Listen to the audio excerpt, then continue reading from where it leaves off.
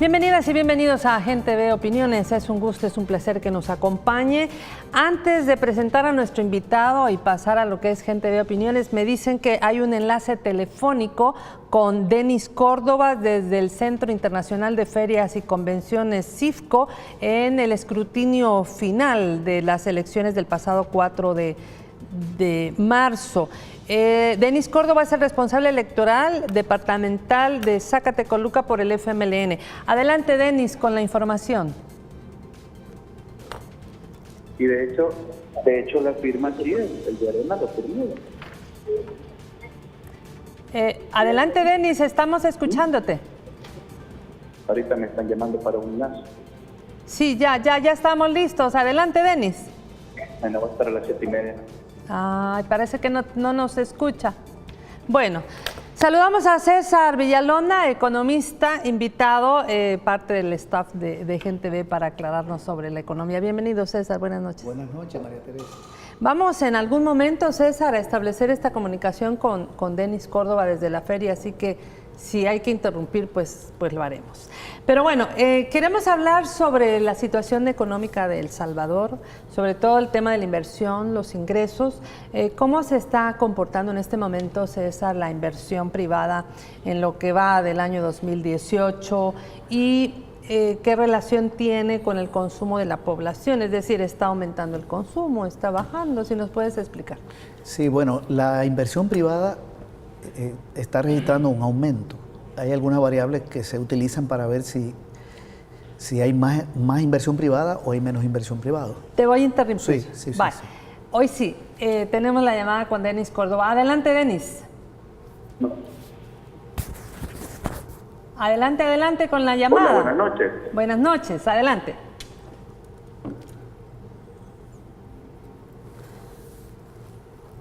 Denis, cuéntenos qué pasa en CIFCO. Hola. Hola, si le pueden avisar que sí lo escuchamos, por favor. Hola, buenas noches, María Teresa. Un saludo para todos los televidentes de Gente Ve. Es un gusto compartir con ustedes y un poco aclarar cómo está la situación aquí en las mesas de escrutinio final, que estamos asegurando la victoria de nuestros alcaldes, alcaldesas, diputados y diputadas ante una unión perversa que se ha dado aquí entre los miembros de Arena, PCN, PDC, que están tratando de impedir por todas las formas los triunfos que han obtenido alcaldes y alcaldesas del FMLN. Y ejemplo de ello es el caso de Zacatecoluca, que de manera arbitraria han detenido un acta que nos da el triunfo por 11 votos en el municipio de Zacatecoluca, y eso es lo que ha detenido el escrutinio final para que nos reconozcan la victoria del doctor Iglesias en el municipio de Zacatecoluca. Muy bien, ¿se van a mantener en CIFCO? Sí, de hecho hoy ha venido un grupo muy nutrido de las comunidades de Zacatecoluca, se han movilizado a respaldar al doctor Iglesias, que está aquí por el CIFCO. Están en este momento afuera expresándose que se respete la voluntad del pueblo viroleño, que le dio el triunfo al FMLN, y es lamentable que algunos magistrados del Tribunal Supremo Electoral se estén prestando a detener la contabilización de esa acta que falta, y es la que nos da la victoria. Por lo tanto, exigimos con mucho respeto a los magistrados del Tribunal Supremo Electoral que respeten la voluntad popular, que respeten la voluntad del pueblo viroleño y que respeten a los votantes de la urna 6985, que es la donde hay problemas, y que la terminen de avalar para que de una vez por todas el triunfo del FMLN sea reconocido en Zacatecoluca. Bueno, pues esperamos que triunfe la razón y que haya buen resultado esta misma noche. Denis, gracias por el enlace. A las órdenes, María Teresa, y aquí vamos a estar garantizando los votos del pueblo. Muy bien, bueno, pues saben que en estas elecciones basta con un voto para ganar una alcaldía. Aquí no es el 50+1, sino que 1, 2, 3 votos es suficiente. Nos está reportando Denis Córdoba desde CIFCO, él es responsable electoral de Zacatecoluca, que es un acta que no se quiere reconocer de la urna 6985, la cual daría por un triunfo por 11 votos al doctor Iresi en Zacatecoluca. César, lamentable que esto esté ocurriendo a esta hora de la noche. Sí, bueno, esperemos que se resuelva como debe ser, ¿verdad? Si ganó el doctor, entonces no hay por qué obstruir esa victoria. Claro que sí. Bueno, hablábamos de la inversión, de los ingresos. ¿Cómo se comporta esta inversión privada en lo que va del año? ¿Qué relación tiene con el consumo de la población? ¿Está aumentando el consumo? ¿Está bajando? Cuéntanos. Ajá, vamos a ver. Tenemos algunos datos, estamos en marzo, ¿verdad? Pero ya hay algunos datos de enero y hay otras variables de febrero, pero fundamentalmente de enero. Cuando uno quiere saber si la inversión privada está aumentando, la inversión de las empresas, porque tenemos dos inversiones en el país, la privada y la pública. La mayor parte de la inversión es privada, el 85% de la inversión es privada, porque tiene más peso el sector privado en la economía. Cuando uno quiere saber si está aumentando, se fija como en tres variables fundamentales. La primera es el crédito a las empresas, porque cuando las empresas invierten dinero demandan crédito de la banca. No todas, pero sobre todo las grandes, las medianas, funcionan con crédito, incluso muchas pequeñas. Entonces el dato de crédito de enero dice que hubo un crecimiento del crédito de 6%, del crédito a las empresas. Es un crecimiento importante. El año pasado ese crecimiento anduvo más o menos por ahí, ¿verdad? Es decir, que el crédito de enero supera el crédito de enero del año anterior. Eso quiere decir que entonces está aumentando la inversión privada. La otra variable es las importaciones de maquinaria, herramientas y equipos, que le llaman importaciones de bienes de capital. Si están creciendo las importaciones de maquinaria, eso quiere decir que las empresas están sustituyendo maquinaria vieja por maquinaria nueva y también están ampliando la planta productiva, ¿verdad? En un país como El Salvador, si un empresario, por ejemplo, aumenta la producción en su empresa y demanda máquinas, imagínate tú una empresa de calzado grande o una empresa textil y que aumenta su producción, entonces demanda más máquinas, pero El Salvador no hace esas máquinas. La economía salvadoreña no es productora de máquinas. Claro, entonces eso hay que importarlo y a eso le llaman bienes de capital o una herramienta o un equipo. Entonces el crecimiento de esas importaciones es síntoma de incremento de la inversión privada, a no ser que crezcan en valor porque se pongan caros. Claro. ¿Verdad? Entonces las importaciones de bienes de capital han crecido 8% en enero. Es un crecimiento alto con respecto a enero del año 2017. ¿Cuánto andaba enero de 2017, digamos, para hacer el comparativo? En cantidad de dinero, las importaciones de bienes de capital andan por los 700 millones de dólares en un año. Entonces, las importaciones anuales andan por los 55, 60 millones de dólares. Entonces aumentó 8%. O sea, las empresas están trayendo más bienes de capital. Bueno, César, nos decías que los datos de inversión privada son el aumento del 6% al crédito en las empresas. Nos hablabas de un aumento también del 8% en las importaciones de bienes de capital, maquinaria, herramientas, etcétera. En esto con relación a enero del 2017, ¿no? Sí, porque las comparaciones siempre se hacen así. Si estás analizando la economía, por ejemplo, en un mes, lo compara con el mes del año anterior. Claro. O si es un trimestre. Si analizamos enero-marzo, entonces con respecto a enero-marzo, o el año con el año. Entonces, en enero de este año hay un incremento importante de las importaciones de maquinaria, herramientas y equipo. Es imposible que eso se dé si no hay una mayor inversión privada. El Banco Central utiliza estas variables: crédito, importaciones de maquinaria, herramientas y equipo. La otra variable es el anuncio de inversión que hacen las empresas. Es una variable que utiliza el Banco Central. Las empresas anuncian cuál es la inversión en el año, pero todavía ese dato no lo tenemos. Estamos en marzo. El Banco Central no lo ha mencionado, entonces no podemos hacer uso de este. Pero hay dos variables importantes, que son las que he mencionado. Y tú me preguntabas qué relación tiene con el consumo. Si las empresas invierten más cuando hay más demanda interna, más consumo de la población, claro, y más consumo privado. Pero el mayor consumo del país es de la población. Entonces, ¿cuáles son las variables de consumo? Ahora entramos en la variable de consumo. ¿Cómo uno sabe si el consumo está creciendo? El Banco Central utiliza tres. Una es el crecimiento del crédito a las personas o a los hogares. Ese crédito en el primer semestre de este año, en el primer mes de este año, creció 6%. Es un crecimiento importante, de 6%. Eso quiere decir que las personas están adquiriendo más dinero para comprar. Estamos hablando de crédito, no para las empresas. Sí, el personal. crédito de las empresas lo mencioné en inversión, Claro. ahora es en las personas. Bien, 6%. La otra variable es el incremento de las remesas. Y las remesas han crecido 10%, un poco más de 30 millones, creo que unos 36 millones en un mes. ¿Por qué es una variable de consumo? Porque la gente cuando recibe remesa, lo que hace fundamentalmente es comprar. Puede ser que hay un porcentaje Claro. que se invierta, pero es fundamentalmente consumo. Y la otra variable es el salario, pero hasta ahora no tenemos datos de aumento salarial. Las empresas pueden aumentar salario, no porque lo decida el gobierno, el Consejo del Salario Mínimo, estamos hablando de salario en general. Por ejemplo, para darte una idea, el año pasado el aumento del salario mínimo anduvo por 150 millones de dólares, pero el aumento salarial del año superó los 460 millones. Bien, esa variable no la tenemos, pero tenemos dos, que es el crédito y remesa. Al haber más consumo, hay más inversión. Claro. Entonces, eso implica que hay más venta.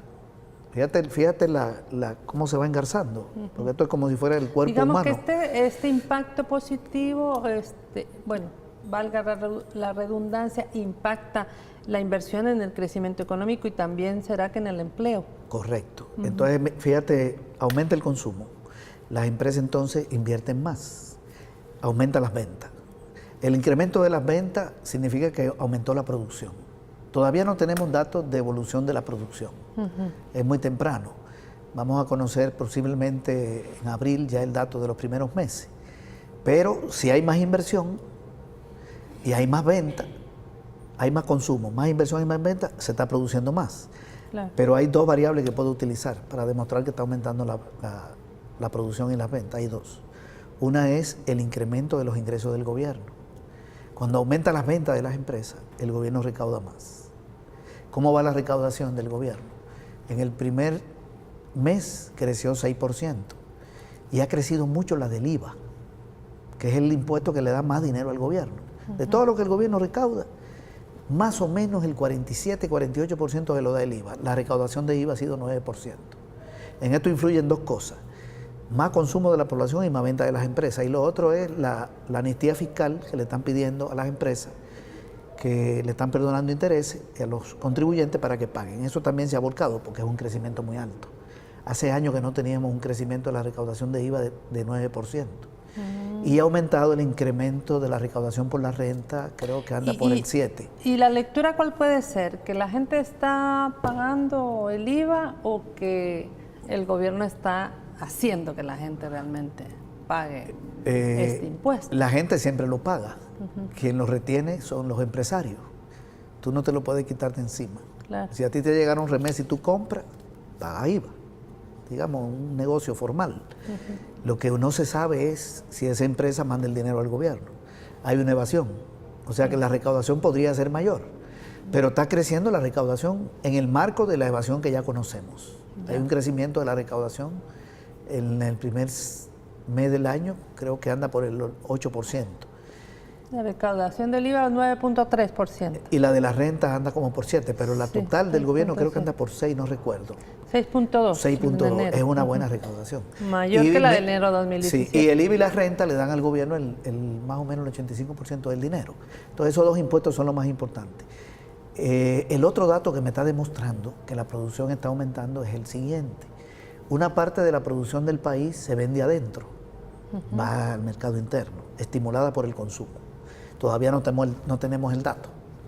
Sabemos que creció el consumo, pero todavía no tenemos el dato de producción. Y la otra es la parte de la producción que se va hacia afuera. Esa parte se llama exportaciones. Ahí nos meteríamos en otro tema. Pero las exportaciones son parte del Producto Interno Bruto y están creciendo. Muy bien. Yo me tengo que quedar en ese punto. Vamos a hacer la primera pausa y al volver, por supuesto, que vamos también a preguntar sobre salario mínimo y otras preguntas. Ya regresamos, no nos cambien.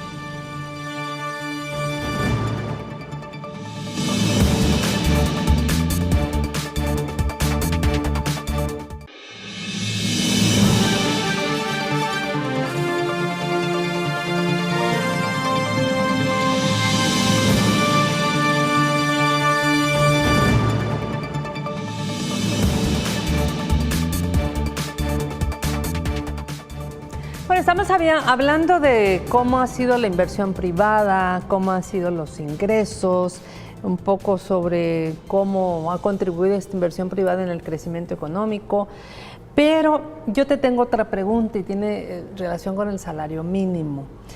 El enero 2017 se aumentó el salario mínimo, bueno, $300, algo histórico, ¿no? Nunca había habido un aumento de esa naturaleza.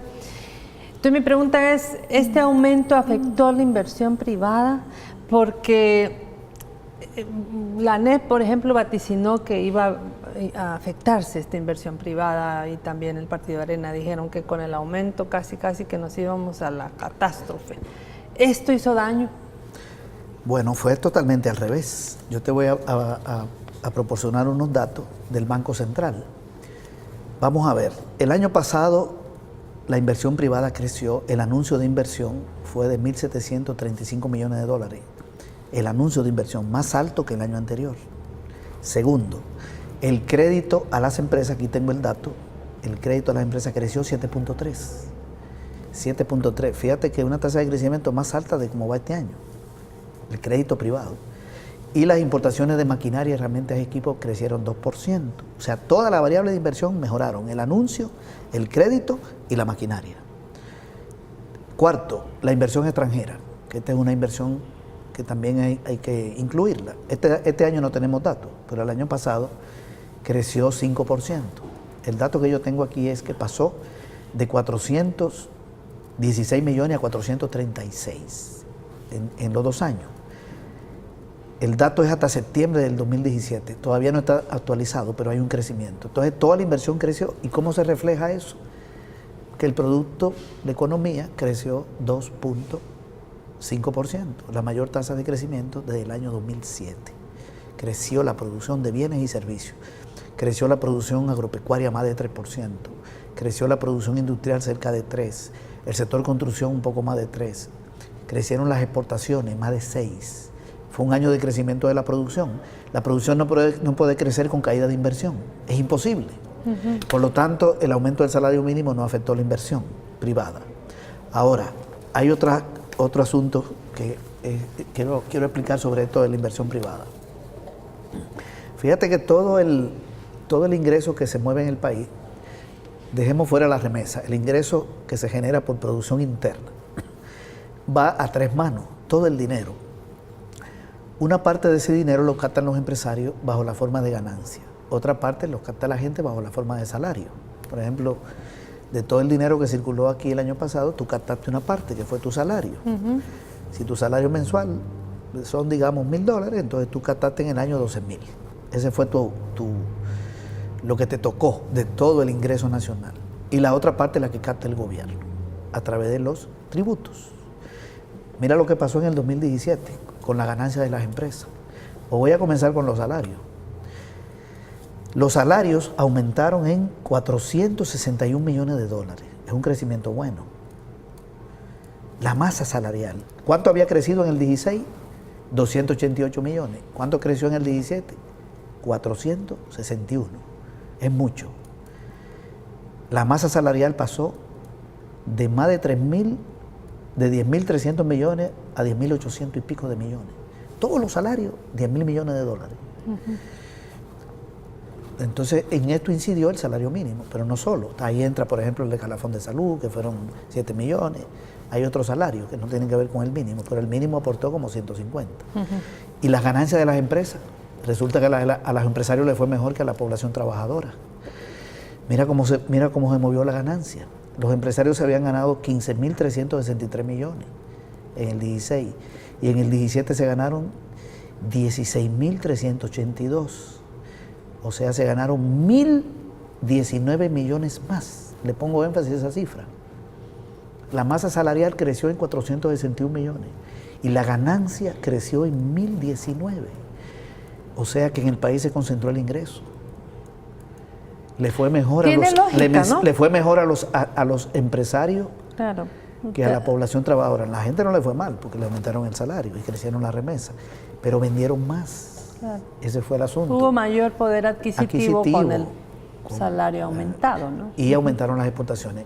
O sea que no hubo ninguna afectación a la empresa privada. Esto hasta uno hasta le preocupa.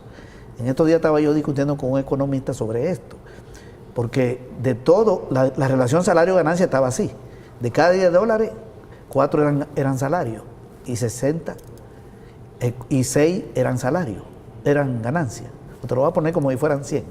De cada $100, 40 eran salarios y 60 ganancias. Ahora de cada $100 el salario son 39.7 y la ganancia es 60.3. O sea, la ganancia agarró terreno en el pastel. Subieron los dos, pero cogió más peso en el pastel la ganancia. Entonces la ANE no debe quejarse, ¿verdad? Porque aumentaron las ventas de las empresas y la ganancia. Y algunos rubros que aquí nos dijeron que iban a ir a la quiebra, como el azúcar, el área de siembra creció 15%, según Procaña, un gremio de la ANE, y las exportaciones aumentaron más de 40%. Y el café, yo vi a un cafetalero que se oponía mucho, uno de Arena. El área de siembra creció 10% y las exportaciones 10%. Hoy lo vi en la televisión, por cierto, ese cafetalero, diciendo que este año no hay que tomar medida de aumento de salario mínimo. Y estaba con un empresario de Arena, con Hugo Barrera, que dijo Arena debe apoyar el aumento de salario mínimo este año. Yo me imagino que lo hice por razones políticas, pero, claro, también, las elecciones del 19. pero también porque saben que no afecta. Porque el salario es un componente pequeño del costo de una empresa. ¿Por qué no afecta a la empresa? Porque en una industria de cada $100 de costo, el salario son $20.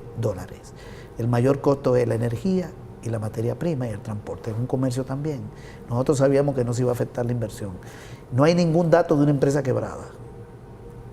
Y el empleo aumentó el año pasado en casi 8.000. Es poquito el crecimiento, pero creció. ¿Y las empresas extranjeras se quedaron, se fueron? ¿Cómo estamos? No, la inversión extranjera creció 5%, casi 5, 4.5, que fueron los datos que dimos hace un rato. Hubo algunas maquilitas pequeñas que tuvieron algunos problemas por pedido en Estados Unidos, pero no por salario mínimo. Las exportaciones de las maquilas cayeron en toda Centroamérica por un problema de competencia de Vietnam. Pero este año, en enero, ¿tú sabes cómo han crecido las exportaciones de maquila? Bueno, ya vamos a entrar en ese tema. Sí. Han crecido 17%. Sí, vamos a hablar ahora acerca del comercio exterior. Tenemos entendido que, como tú lo has dicho, las exportaciones crecieron. ¿Y cuáles serían los datos en este momento de cuántos montos, cuántos rubros de exportación pudieron darle al país una valoración más alta con relación al año 2017? Bueno, vamos a ver. El dato que tenemos es de enero. ¿Qué ha pasado en el mes de enero? Las exportaciones de bienes aumentaron 17.5%. Esa es una cifra realmente escandalosa. Un incremento de 17% es enorme. Es muy alto. Cuando estamos hablando, ¿qué tipo de exportación de bienes? ¿Qué exporta el país? El país las exportaciones las dividen en 3. Las llamadas tradicionales, que son 2. Los rubros son 3, pero vamos a dividirlo así. Primero, tradicionales. Este punto 1, tradicionales, se dividen en 2. Azúcar y café. Las exportaciones de café van casi igual en enero con respecto a enero, pero las de azúcar han aumentado en el mes de enero. Aquí te voy a dar el dato. Fíjate cómo aumentaron las exportaciones de azúcar en el mes de enero de este año. En mis apuntes yo tengo que son 283%. 283%. Eso quiere decir que pasaron las exportaciones de azúcar en el primer mes de 11 millones a 46. Lo que pasa de 11 a 46 se multiplica por 4, casi por 4, un poco menos, un poquito más. Eso quiere decir un aumento de cercano al 300%. Es tremendo. Alto, ¿no? Con perdón, pasaron... de 11 a 46 millones. Esas son las de maquila. Las de azúcar aumentaron en 74 millones, 283%. Es decir que más que se triplicaron. Y esas son las de azúcar, que por cierto es un rubro que que está en expansión, y aquí los cañeros vinculados a Arena, porque no todos son tan vinculados a Arena, dijeron que iba a quebrar la caña con el aumento del salario mínimo. El año pasado aumentaron 46% y este año en el primer mes han aumentado 286%. Yo recuerdo que cuando estábamos en el tema del salario mínimo, tú lo mencionabas permanentemente, si hay aumento, va a haber más consumo, etcétera, etcétera, y va a resultar lo que ha resultado y no lo que vaticinaron. Correcto. Y que el salario es un componente chiquito, que no afecta mucho el costo. Lo otro es, ya te decía, las tradicionales. La segunda son las de maquilas. Las de maquilas, la ponen aparte el Banco Central. Esas van sobre todo a Estados Unidos. ¿Cómo han pasado de 11 a 46 millones? Es un crecimiento tremendo. Y finalmente, han pasado de 84 a 100 millones. De 84 a 100 millones. Es un aumento de 19%. Y hay otra que no la tengo aquí, que son las que se llaman no tradicionales. Decíamos tradicionales, café y azúcar. El café está igual, el azúcar creció, maquila, han crecido mucho. Ahora pasemos a las no tradicionales, que son la tercera. El Banco Central la divide en dos: las que van a Centroamérica y las que van fuera de Centroamérica. Las que van a Centroamérica aumentaron 8.6 y las que van fuera de Centroamérica 6.5. O sea, hay una expansión de las exportaciones este año tremendo. Han crecido todas, prácticamente, salvo el café, ¿verdad? Entonces ese rubro va bastante bien. Por eso yo decía que la producción nacional está creciendo, porque la producción tiene dos destinos, el mercado interno y el externo. No hay datos todavía hacia adentro, pero ya tenemos el dato de la parte de la producción o del famoso Producto Interno Bruto que se vende en el exterior. Ha aumentado las exportaciones mucho, 17.5. Esa es una información bastante buena. El rubro principal de todo esto es el de maquila, y también las que van a Centroamérica, que son exportaciones textiles, exportaciones de alimentos. Y hay otro dato importante: a Estados Unidos está yendo el 44%, y está creciendo las exportaciones a China. ¿Por qué? ¿Qué quiero decir con esto? El mayor mercado es Estados Unidos, 44%, pero hace unos años era el 50%. Eso quiere decir que está perdiendo peso, sin disminuir las exportaciones de Estados Unidos, está disminuyendo el peso dentro del total. Y eso es bueno, porque eso quiere decir que se está diversificando el mercado. Estamos vendiendo en Taiwán. No se más ponen que todos antes. Los huevos en la misma canasta, ahora se ponen en otros. En otros. Ahora se está vendiendo en Vietnam, que no se vendía. El año pasado se vendió en China por más de 40 millones. Este año están creciendo las exportaciones de China. Se está vendiendo en Hungría, se está vendiendo en Rumanía, se está vendiendo un poquito en Rusia. Hay una diversificación de los mercados. Esto es importante. Casi no se está registrando esta idea, porque todavía los dos grandes mercados son Estados Unidos y Centroamérica. Claro. Pero ya hay una diversificación. Entonces eso reduce la dependencia de los dos mercados tradicionales, sin disminuirla a esos mercados. Es por crecimiento de otras. Claro. No es que estén bajando a Centroamérica y Estados Unidos, sino que están creciendo otras. Eso es interesante. Vamos a ir al segundo y último corte. Al volver queremos hablar también un poco sobre las importaciones, que ya nos hablabas, y también sobre la inflación. Esto será al volver, no nos cambien.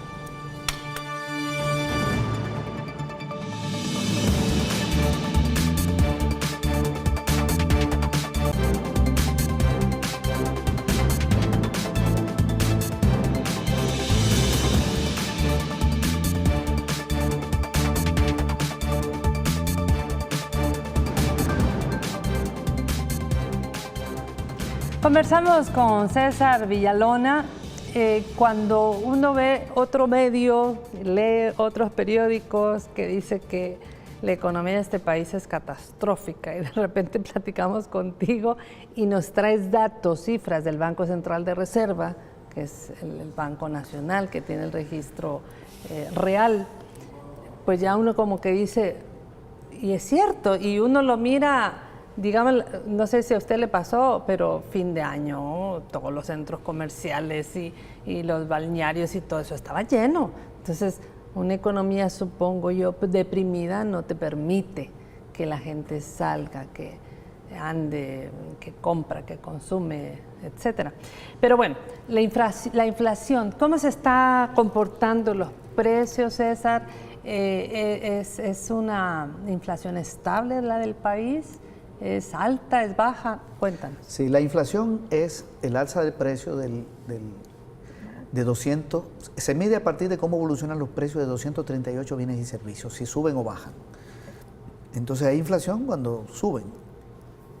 Entonces, 238 bienes y servicios. La gente no consume todo eso, ¿verdad? La gente consume menos, pero la inflación incluye una gama enorme. Ropa para niños, todo eso es parte de la inflación. Hasta un corte de pelo en un salón de belleza, los alimentos, el transporte, tarifas de energía, de agua, etcétera. ¿Cuál fue la inflación el año pasado? 2.4%. Eso quiere decir que fue baja. En un país la inflación es baja cuando no llega a 2 dígitos, o sea, a 10%. Los organismos internacionales dicen, este país tiene una inflación alta si pasó de 10%. Y tiene una inflación moderada, digamos, si es menos de 10 y anda por 7, 8. Y si es de menos de 5, de 4, es una inflación bajita. Aquí la tuvimos de 2%, 2.04 el año pasado. Y la canasta básica tampoco se encareció, que son un componente chiquito. Dentro de esos 238 bienes y servicios, la llamada canasta básica son apenas 21 productos del área urbana y 15 del área rural, o 16. Esa se mantuvo más o menos estable el año pasado. Entonces nosotros tenemos un país con estabilidad de precios. Hay una variable que demuestra si la inflación en un país es alta o no. Porque hay mucha gente que dice, bueno, no, yo siento que todo está más caro. Cuando la inflación es alta, los bancos suben la tasa de interés de los préstamos y de los ahorros. Porque en un país con inflación alta, si no sube la tasa de interés que se le paga a quien ahorra, la gente retira los ahorros. Claro. Y cuando el banco entonces paga más interés al que ahorra, le cobra más al que le presta. La inflación dispara la tasa de interés. ¿Qué pasó con la tasa de interés aquí el año pasado? Para vivienda se mantuvo igual, 7.25, y para todos los demás rubros se mantuvo más o menos igual. Tenemos un país con tasa de interés estable. Eso es automático. Inflación baja, no suben los intereses. Inflación alta, suben los intereses. Entonces tenemos estabilidad. Este año tenemos el dato hasta febrero, que ya lo pasó el Banco Central, y va en 0.2. ¿Qué quiere decir eso? Que en el año, de acuerdo a la tendencia, podría llegar a un 2%, más o menos parecido al año pasado, ¿verdad? Entonces no tenemos un alza importante de los precios de los bienes y servicios. Ahora, nosotros estamos en un país donde no estamos quebrando negocios, cerrando supermercados, cerrando industria, cerrando bancos y la gente perdiendo empleo. Ese no es el escenario de un hundimiento, ¿verdad? Que quebraron empresas por allá, que quebraron. Hay países que entran en esa situación por determinadas razones. Aquí tenemos una economía donde la gente está consumiendo, las empresas venden y ganan. Ahora, no es que tengamos un crecimiento grande y tenemos un problema todavía por el lado del empleo, porque no se genera mucho empleo y todavía los salarios son bajos.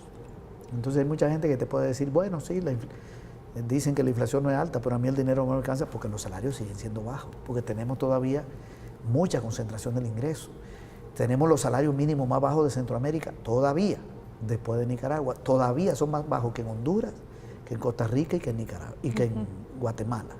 ¿Y qué medidas entonces esas se podrían tomar para mejorar el ingreso de la población, para estimular la demanda interna, para ver como mayor evolución económica en el país? Mira, la que yo espero que anuncie el presidente de la República.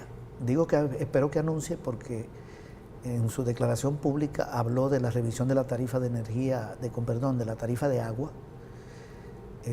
Aquí hubo un alza en esa tarifa, que ese es un rubro de los 238, ¿verdad? Claro. Por eso la inflación no se mide solo por un rubro. El agua se encareció para ciertos hogares, pero el transporte se mantiene igual, pero y algunos productos se mantienen igual.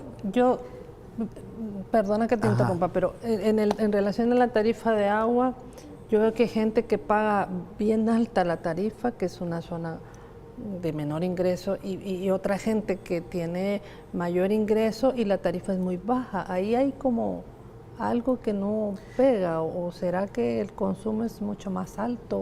¿Con qué tiene que ver? Es que pueden ocurrir algunas cosas. Te lo voy a mencionar por el lado de la energía. Por ejemplo, a mí me llega una factura de energía, yo consumo más o menos 60 kilowatts. Consumo bajísimo. yo sería subsidiado, porque como el subsidio es de menos de 100, ¿verdad? Como se daba. Sí. ¿Por qué? Bueno, porque en la casa no vive mucha gente, la casa pasa vacía, ¿verdad? Pero por mi nivel de ingreso yo no debo recibir subsidio. Claro. Entonces el subsidio no se puede medir solo por el consumo. Un hogar de un barrio donde viven 8 personas, o 6 o 5, puede tener un consumo de energía mayor que el mío. Entonces, si solo esa es la variable que vamos a medir, una persona pobre o de menos ingresos puede consumir más que otra de altos ingresos. Imagínate un rico que viva solo, ¿qué consumo de energía va a tener? O un rico que tenga un rancho en la playa, que permanece apagado y llega cada cierto tiempo. Ese rancho puede ser subsidiado. Entonces, por eso hay que refocalizarlo. Y yo creo que hay que revisar que no sea solo por consumo, sino por el ingreso de esa familia. Entonces, se dan esas distorsiones. En el caso del agua puede pasar igual, ¿verdad? Entonces, si se revisa la tarifa y hay una baja, a la población le va a beneficiar, a la población que les reduzcan la tarifa de agua. Claro. Sobre todo a la población de bajos ingresos. No hay que reducírsela a los ricos, ni a los sectores medios altos. Es donde están los barrios, la gente de menos ingresos. Si tú le dejas a una familia $10 o $15 que hoy paga, digamos que pague 20 de agua y se lo reduce a 5, le quedan $15 a esa familia. ¿Qué va a hacer esa familia de un barrio? Esos $15 se vuelcan al consumo. Claro. Pero con esos $15 más huevos, más semita, sí, más leche, cualquier. No va a comprar en almacenes sin mano, va a comprar en el barrio, a la microempresa, a la pequeña, el mercado de la alcaldía. Eso se vuelca al consumo. Aquí se puede ahorrar unos 10, 15, 20 millones. Yo no tengo el cálculo, depende exacto, depende de la decisión que se tome. Y dejarle a la población ese dinero para que consuma más, ahí estimule el consumo. Y la otra es el subsidio de la energía, que también hay que discutir si se podría reponer a una parte de los hogares que se le quitó, ¿verdad? Los ingresos del gobierno están experimentando un alza. Podría contemplarse esa posibilidad, ¿verdad? Yo no voy a hacer una recomendación al gobierno, porque eso es parte de un estudio que haga el Ministerio de Economía. Pero digamos, esas dos medidas, que le den un ahorro a estos sectores de menos ingresos, significa que se vuelca el consumo. Y el mayor consumo significa más venta de las empresas. Más venta de las empresas, más ingresos de las empresas. Más ingresos, más inversión. Más inversión, más producción y más empleo. Claro, yo no voy a exagerar, porque estamos hablando solo de 2 subsidios. Pero unos 30, 25 millones que queden en manos de la población pueden tener un impacto positivo. Esas son medidas que yo creo que se pueden. Y si el gobierno, que ahora está controlando la evasión de impuestos, aumenta su inversión, también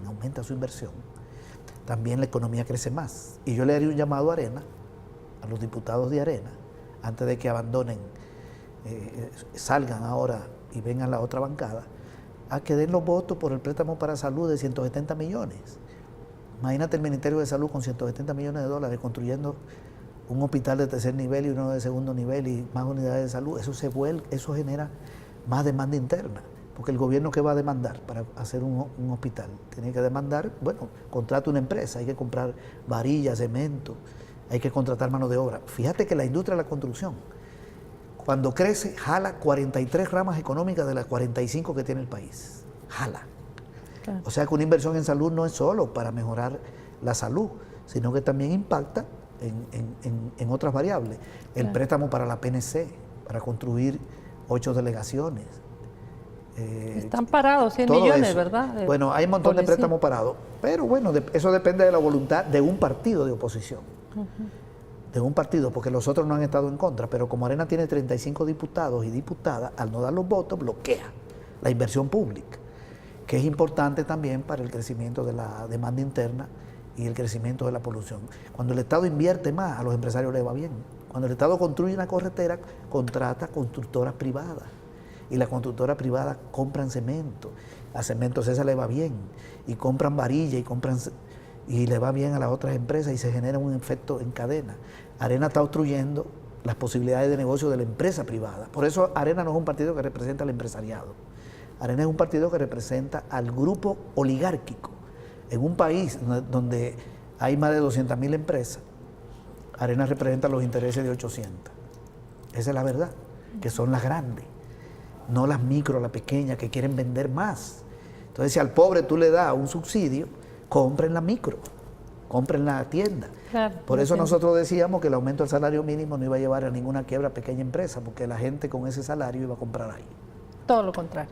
Bueno, gracias, César. Se nos Gracias a terminó ti. el tiempo. Gracias por Muy venir bien. esta noche.